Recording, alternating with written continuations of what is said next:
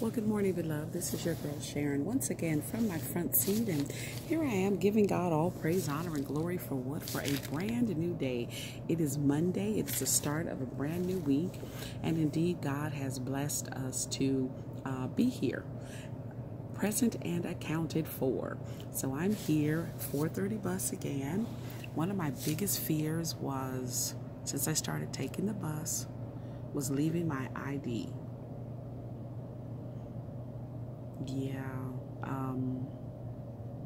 Lately I've been taking it out and putting it, since I went back to work, in my purse. But on Saturday I worked overtime, and so when I got off, I just put it in the car. Got on the bus. The bus started moving. Don't have my ID. So I got me a little visitor's badge this morning. Nevertheless, I had a fun weekend.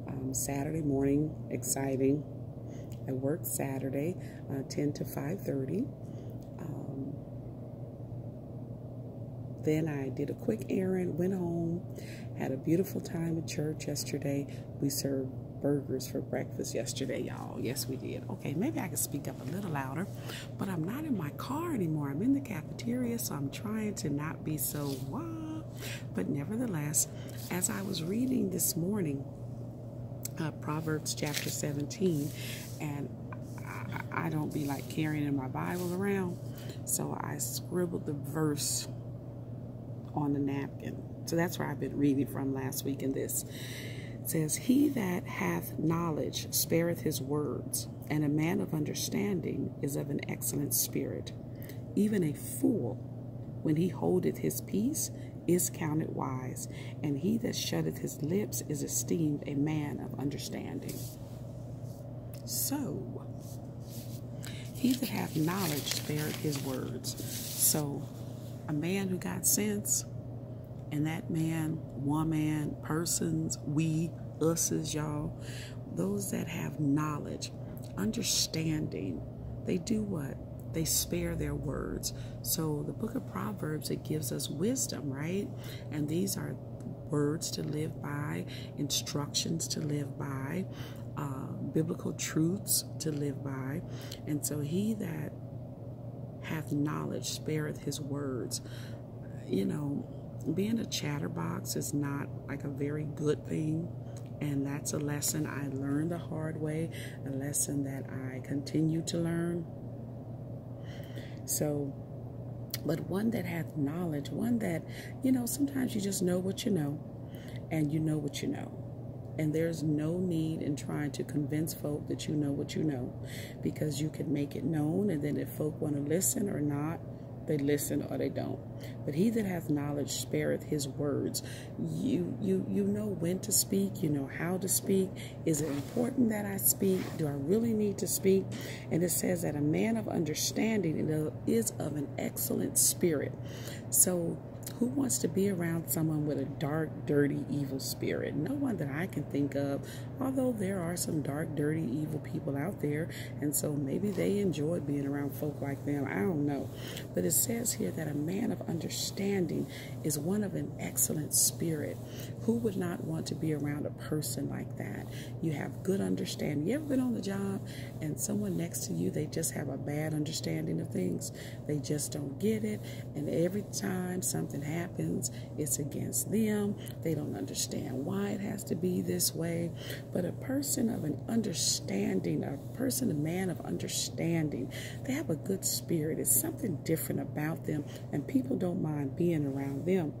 The last verse in that 17th chapter of Proverbs says, "Even a fool, when he holdeth his peace, is counted wise." So even a fool has sense enough every now and then, I'm going to just shut up. So even that fool, and I believe we looked up the word fool last week, and it was like ignoramus, what were some of those words? Simpleton.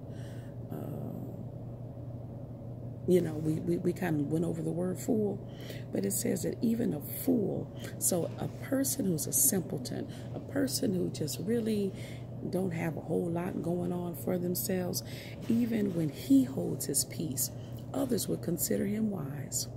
Isn't that something? Every now and then a fool will have sense enough to at least zip it, right? And then it says, and he that shutteth his lips is esteemed a man of understanding. So I guess basically what Proverbs 17 is telling us today is we need to, what they say, listen twice as hard as we speak. That's why God gave us 2 ears and 1 mouth. So the book of Proverbs is letting us know today, choose our words. You know, you tell your child, use your words, use your words. What does that mean? Use your words. Well, as children of God, beloved, we've got to choose our words and choose our words wisely. You know what I'm about to say? Hey, it's the week before Christmas, and Christmas is about the Christ child. It's about the baby Jesus. But you know what I'm about to say? Let me get off this phone, get my breakfast in, take my medication, get upstairs, render unto Caesar those things which belong unto Caesar. And if it be the Lord's will, we will meet again on tomorrow. From where? From my front seat. This is your girl, Sharon. Sorry for the whisper. I'm out, y'all. Deuces.